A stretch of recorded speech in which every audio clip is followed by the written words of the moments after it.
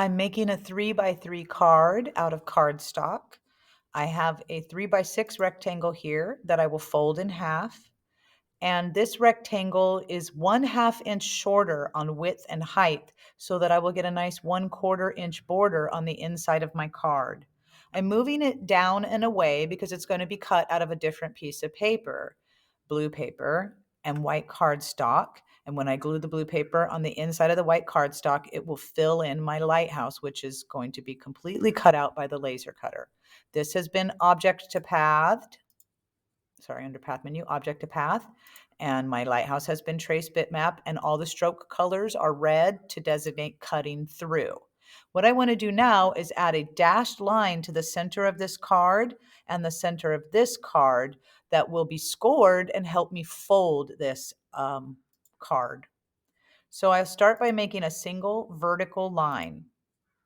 And I press enter to close out my line tool. And now I'm going to take this single line and copy and paste it repeatedly. But there's a different tool we use to copy and paste vectors. It's called the clone. So we are going to create a clone, and then I will move it down a little bit. What this does is it brings through the vector information. And I'm going to create a clone, and bring it down a bit. Now to save time, I'm going to select all 3 of those, edit, clone, create clone, and bring it down some. I now have 6 dashed lines, edit, clone, create clone. Now I have 9 dashed lines. I'm going to bring them all down here into the center of my piece where I want the lines to eventually be. And I'm going to put the top one near the top of the area that I would like dashed lines, and the lowest one at the lowest point where I would like dashed lines. And now I select them all. I am using in the Align and Distribute menu, which is available under Object, Align and Distribute if you don't already have it open.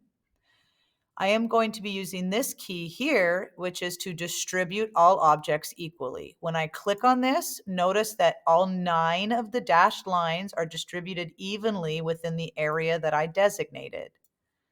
Now let me zoom in a little bit for real.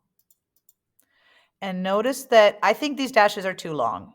So what I'm going to do is grab the bottom rectangle and use my upward arrow and make that a shorter line. And notice how they all change size. Awesome. That's about the size of the dash that I want. But now I need a few more dashes. So let me edit, clone, create clone, and bring those guys here. And they'll move. Bring those guys down a little bit. And now let me align and distribute these again. Yeah, that's what I want. Okay, so last thing we have to do before this will actually cut with the laser cutter is to unlink them. Edit, clone, unlink clones. Path, object to path. So now these guys are ready to cut. I'm just going to make them the correct color, fill in stroke, make it red.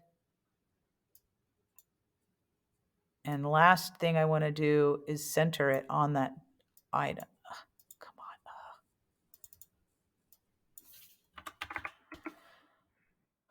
on. Okay, so I will group these together. Well, actually, I don't need to group them because they're going to be horizontal. Okay. Zoom out un poquito. Okay, so if I grab these and then go back to Align and Distribute, I have it relative to the page. I am now got it totally horizontal. I previously had centered this relative to the page. So now I know that that dash line is exactly in the center of my card.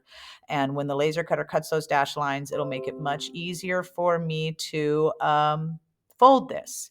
Let me reproduce this here. Edit, clone, create clone, and bring it down to my other guy here, and then edit, unlink clone.